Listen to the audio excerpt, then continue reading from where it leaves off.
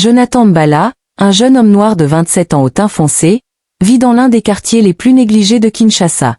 Sa chambre est minuscule, à peine 6 mètres carrés. Les murs sont fissurés, moisis par endroits. Le sol en ciment est nu. Il n'y a ni ventilateur ni matelas décent, juste un vieux matelas déchiré posé à même le sol qui sent l'humidité et le désespoir. Jonathan est assis là, torse nu, le regard vide, fixé au plafond comme s'il espérait y lire une réponse. Son ventre gronde. Cela fait 2 jours qu'il n'a rien mangé. Pas même un reste. Pas même un sachet d'eau. Autour de lui, tout est silence. Seule une petite bougie posée sur un bidon vide éclaire faiblement la pièce.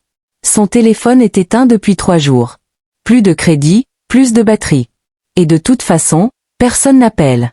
Hier, Chantal, sa copine, l'a quitté. Après 3 ans de relation, elle a lâché d'un ton froid, presque méprisant. Je ne peux pas continuer avec quelqu'un qui n'a aucun avenir. Je veux avancer dans ma vie. Elle est partie sans se retourner.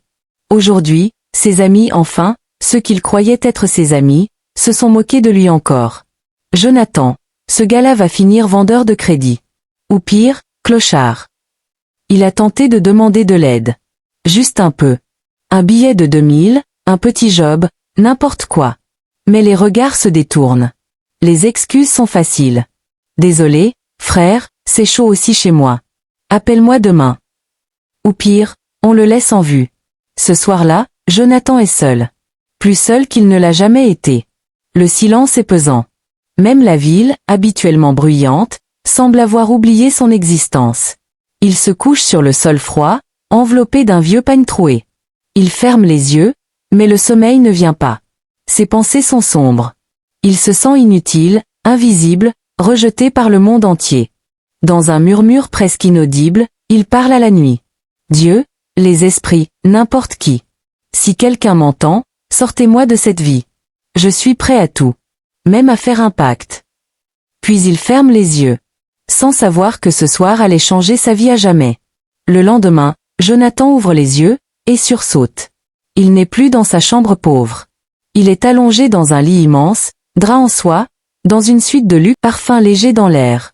Par la baie vitrée, il voit des gratte-ciel briller sous le soleil. Il porte un costume de créateur, une montre brillante au poignet, des chaussures en cuir verni. Sur une table en verre, un téléphone dernier cri s'allume tout seul. Un message s'affiche. Tu es désormais bénéficiaire du pacte. Tu dois dépenser 20 millions de francs CFA par jour. Sinon, tu meurs à minuit. Il ne comprend rien. Mais une chose est sûre, quelque chose d'étrange a commencé. Quand Jonathan comprend que ce n'est pas un rêve, il reste quelques minutes figé, debout au milieu de la suite. Puis une voix dans sa tête murmure. 20 millions à dépenser avant minuit. Sinon, tu meurs. Mais au fond de lui, quelque chose change. Il y a quelques heures encore, il dormait sur le sol, affamé, humilié.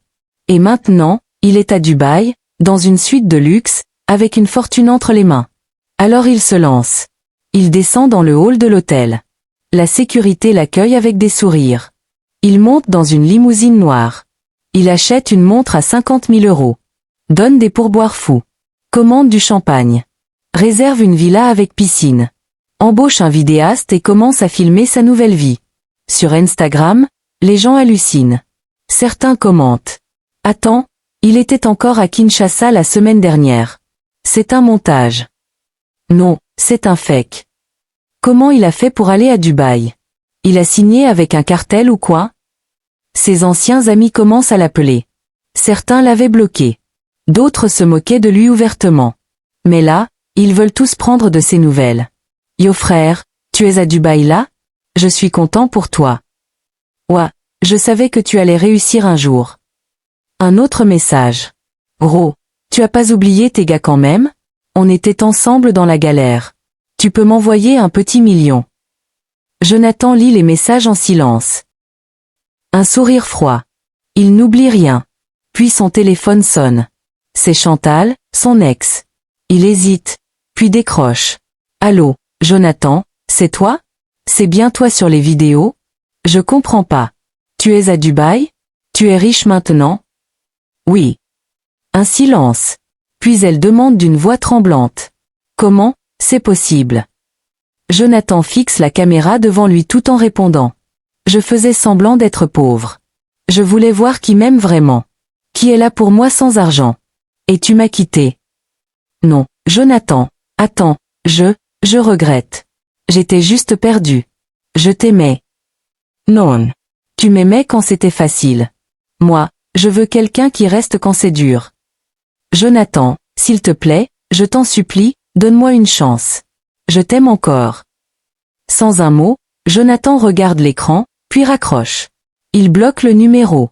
Il inspire profondément, puis regarde autour de lui. Des gens le filment, le saluent. Des mannequins lui sourient, l'approchent. Les hôtels de luxe lui ouvrent les portes comme s'il était un prince. Il a tout. L'argent, les regards, l'attention, le pouvoir. Mais chaque jour, il reçoit le même message sur son téléphone. 20 millions avant minuit. Sinon, tu meurs. Il dépense sans arrêt. Montres, bijoux, voitures, club privé, dîner à 3000 €. Mais à minuit pile, tout ce qu'il a acheté disparaît mystérieusement. Les montres, les vêtements, même les photos. Un autre message. Gros, tu as pas oublié tes gars quand même? On était ensemble dans la galère. Tu peux m'envoyer un petit million. Jonathan lit les messages en silence. Il sourit. Un sourire froid. Il n'oublie rien. Puis son téléphone sonne. C'est Chantal, son ex.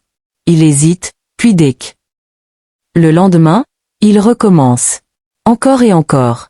Il ne peut ni épargner, ni investir, ni donner aux pauvres. Il est obligé de consommer pour rien. Au début, c'était l'euphorie. Maintenant, il commence à comprendre que cette richesse n'a aucune valeur réelle. Mais Jonathan n'est pas encore prêt à lâcher prise. Il s'expose. Et dans chaque geste, dans chaque regard, il y a cette pensée cachée. À quel moment ce rêve va-t-il devenir un cauchemar? Les jours passent et Jonathan s'épuise. Chaque matin, le même message s'affiche sur son téléphone. 20 millions avant minuit. Sinon, tu meurs. Il ne compte plus les montres achetées, les soirées sans fin, les appartements loués puis effacés de la réalité à minuit pile. Il est piégé dans une boucle de luxe inutile. Rien ne reste. Rien ne compte. Et surtout, il commence à comprendre qu'il n'est pas seul à avoir vécu ça. En fouillant sur le dark web, en rencontrant des gens bizarres dans des soirées très fermées, il entend parler d'autres hommes, dans d'autres pays, qui ont un jour reçu le même pacte. Ils ont tous vécu dans l'excès. Ils sont tous morts avant le 91 jours. Pas de funérailles. Pas de corps. Juste des disparitions. Jonathan comprend que le compte à rebours est réel. Et qu'il approche. Mais un jour, alors qu'il se réveille à Dubaï dans une autre suite luxueuse, quelque chose cloche. Il appelle son chauffeur. Pas de réponse. Il descend, veut acheter un bijou. Boutique fermée. Il tente de réserver un dîner. Tous les restaurants sont inaccessibles. Puis il comprend, la ville est fériée. Tout est fermé. Absolument tout. Pas de boutique, pas de service, pas de luxe. Rien. Il regarde l'heure, 13 heures. Il tente de retirer du cash. Impossible. Il roule dans toute la ville. Il criait. Il souhait. Il suppliait. Mais Dubaï est morte pour la journée. Le temps passe, 17 heures. 20 heures, il commence à trembler. Chaque minute le rapproche de minuit. Il rentre en panique chez lui. Regarde son solde bancaire. L'argent est là. Mais il ne peut rien acheter. 23 heures. Il s'assoit, perdu. Les mains sur la tête. Il pense à toutes les vies qu'il a croisées, aux gens qu'il a humiliés, aux amis qu'il a ignorés. 23h30. Et soudain, une idée lui traverse l'esprit. Il se lève d'un bond, ouvre son téléphone et commence à envoyer l'argent. À sa famille. À ses parents qu'il n'appelait plus. À ses tantes. À ses cousins pauvres. Même à 2 amis de quartier qu'il avait toujours soutenus en silence. Il transfère des millions ici, 3 là. 5 millions à une tante malade. Dépenses de la journée, 20 millions. Il pose doucement le téléphone sur la table, puis il s'allonge, épuisé, mais en paix. Ce soir-là, pour la première fois depuis qu'il est riche, Jonathan s'endort sans peur. Pas parce qu'il a dépensé, mais parce qu'il a fait quelque chose qui a du sens. Le lendemain, le soleil perce doucement à travers une vitre sale. Jonathan bouge lentement sous son pagne troué, puis ouvre les yeux. Il est allongé sur son vieux matelas, dans sa petite chambre modeste de Kinshasa. Les murs fissurés sont là. Le bidon vide. La bougie presque terminée. Tout est exactement comme avant. Il regarde autour de lui, désorienté. C'est pas possible. Il se lève brusquement, marche pieds nus sur le sol froid. Il ouvre la porte. Les mêmes bruits de rue. Les klaxons. Les vendeuses. Les cris d'enfants. Rien n'a changé. Il retourne à l'intérieur, ouvre son téléphone. Toujours éteint. Pas de limousine. Pas de montre. Pas de suite à Dubaï. Tout était un rêve. Il s'allonge à nouveau. Ferme les yeux. Tente de se rendormir. Il pense fort. Je veux retourner là-bas. Je veux revenir dans la suite. Il redit les mots exacts qu'il avait murmurés ce soir-là. Dieu, les esprits. Si quelqu'un m'entend, je suis prêt à tout. Même à faire un pacte. Mais quand il rouvre les yeux, il est toujours dans la même chambre. Il sort dans la rue. Les visages familiers sont là. Il croise un ami d'enfance. Frère, tu te souviens de moi? Dis-moi la vérité. J'ai rêvé que j'étais riche à Dubaï. Très riche. C'était réel ou pas? L'ami éclate de rire. Toi, riche, Jonathan, tu as rêvé trop fort, mon frère. Tu es toujours là, pauvre comme jamais. Un autre se moque. Il croit qu'il revient d'un voyage. Tu as trop dormi, mon frère. Réveille-toi bien. Il baisse les yeux. Il sait maintenant, ce n'était pas réel. Mais les jours passent. Et chaque soir, il recommence. Allongé sur son matelas, il murmure encore. Dieu, les esprits. Si quelqu'un m'entend, je suis prêt à tout. Mais rien ne change. Plus de rêves. Plus de Dubaï. Juste la vraie vie. Et puis un soir, Jonathan ne parle plus. Il reste juste assis. Il regarde ses mains abîmées, mais vivantes. Il regarde autour de lui. La chambre est pauvre, oui. Mais réelle. Et là, quelque chose change dans ses yeux. Il dit tout bas. Si j'ai fait un rêve comme celui-là, ce n'est pas pour me torturer. C'est un message. Un signe. Une vision de ce que je peux devenir. Pas avec un pacte. Pas avec des raccourcis. Mais avec de la foi, de la force, de la persévérance. Son regard n'est plus le même. Je vais me battre. Parce que je peux le devenir. Pas demain. Mais un jour. Moi aussi, je serai riche. Pour de vrai. Après des jours à ressasser son rêve, après avoir tenté en vain de le reproduire, Jonathan comprit qu'il avait besoin de réponses. Il se rendit dans une grande église moderne au cœur de la ville.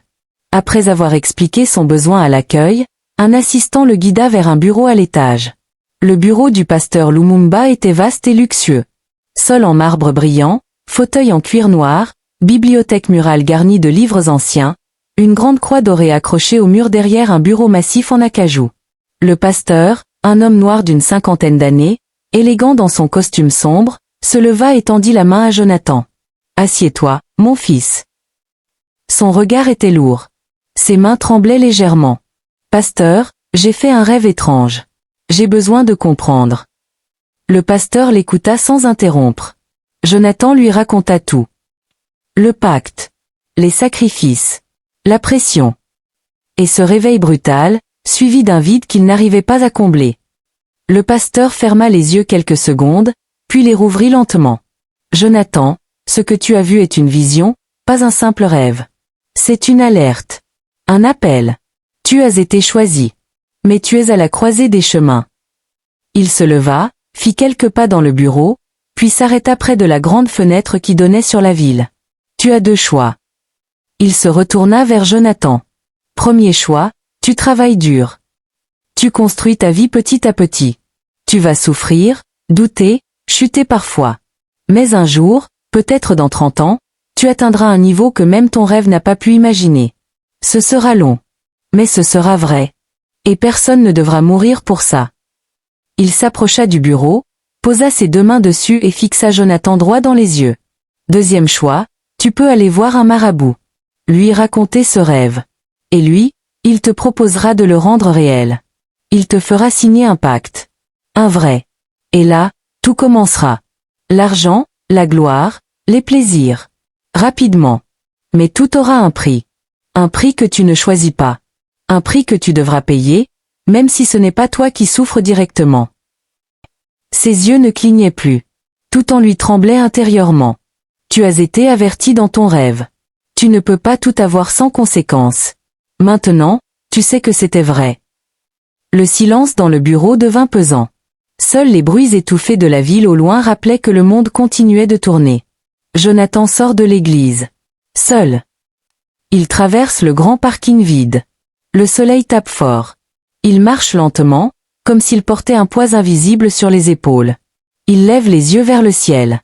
Ferme les yeux.